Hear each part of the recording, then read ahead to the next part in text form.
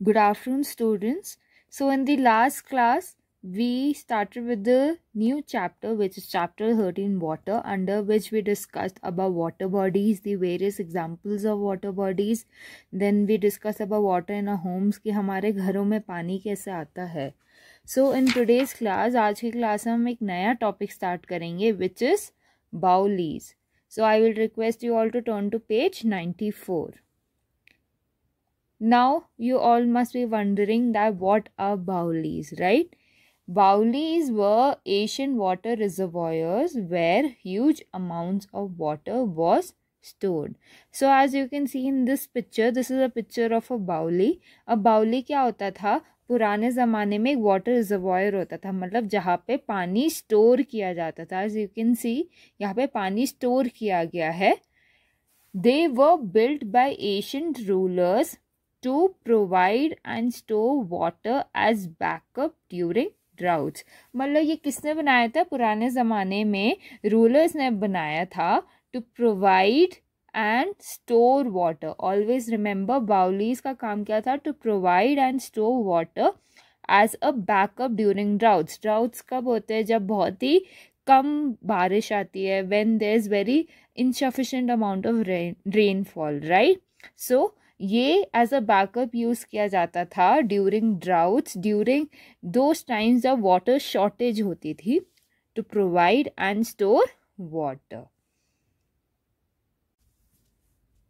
Now the next point is that one could reach the Bowlies using the steps built around them. So always remember कि हम एक बाउली तक पानी तक कैसे पहुंच सकते हैं? Using the steps built around them. As you can see यहाँ पे बहुत सारे स्टेप्स, इनफैक्ट पानी के नीचे भी स्टेप्स है क्योंकि पानी की वहाँ पे उन्होंने स्टोरेज कर रखी है. सो हम कैसे पहुंच सकते हैं बाउली तक? We can use the steps built around them. A baoli consist of 2 parts, मतलब एक बाउली के 2 पार्ट्स होते हैं.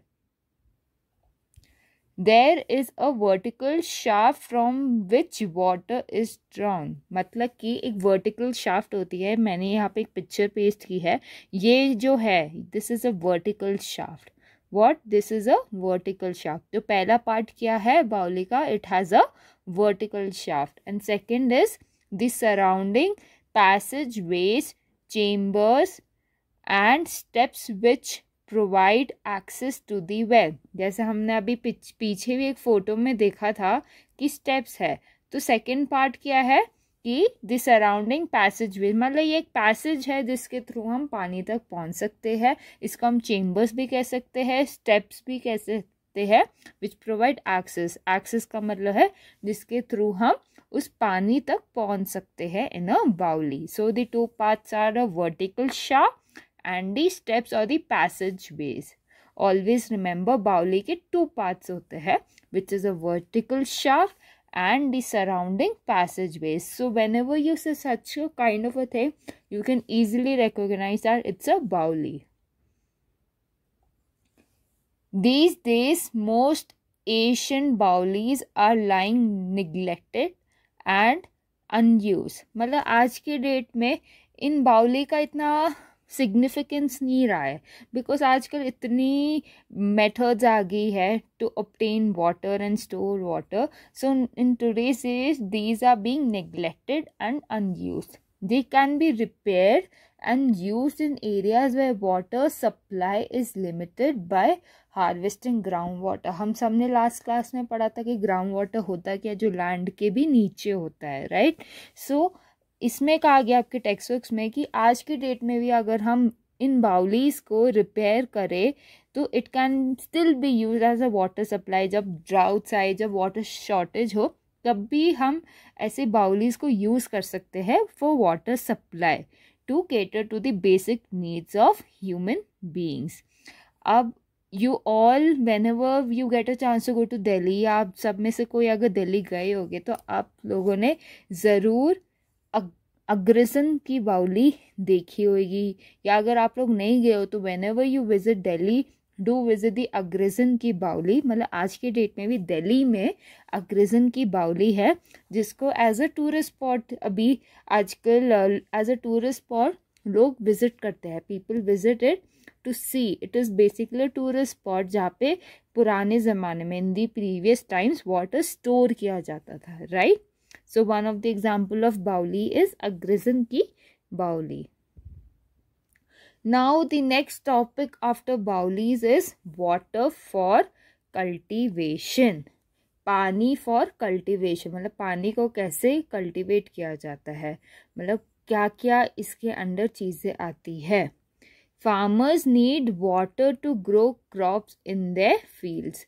As we all saw in the previous class की water is needed for various purposes by everyone, right? Similarly, farmers also need water to grow crops. अगर पानी होगा तो crops क्या हम grow कर पाएंगे? Obviously no. So even farmers need water to grow crops in their fields, to cultivate. इस process को cultivation कहते हैं. But the amount of water required by each crop is different. मतलब कि जो ये जैसे क्रॉप्स है हमारे, जैसे कि राइस हो गया, वीट हो गई, बाजरा हो गया, राइट. इन सब का जो पानी की रिक्वायरमेंट है, the amount of water which they require is different for different crops. जैसे आपकी टेक्स्ट बुक्स में they have given this example that crops that need plenty of water are rice and sugarcane. So you all have to remember these two examples. आपके textbook में mentioned है in page number 94 that rice and sugarcane need plenty of water to grow and survive. Rice जैसे आप सबको पता है क्या है, चावल है. sugarcane क्या है, गन्ना है जो बहुत ही sweet होता है. and चावल तो आप सबको पता ही होगा, we use it for eating, right? So they require plenty of water to what? To grow and survive. While wheat needs moderate amount of water.